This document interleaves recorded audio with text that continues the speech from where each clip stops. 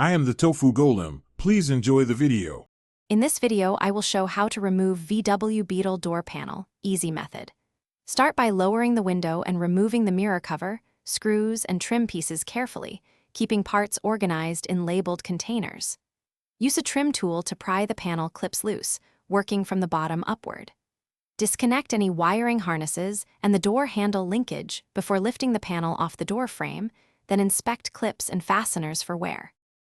Prepare your workspace with tools and containers within reach so the repair stays smooth and safe. Start by removing trim screws and the door pull cover, then gently pry clips with a plastic tool to avoid paint damage. Label wiring connectors as you remove them and set screws in a magnetic tray. This method reduces reassembly time and prevents surprises when reinstalling the panel and testing window and lock operation.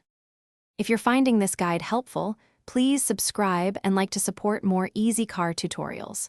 Quick recommendation: grab Little Tree's black ice for a fresh-smelling cabin after working on your door, since life's too short for a stinky car. I've linked the product and deals in the description so you can find it easily.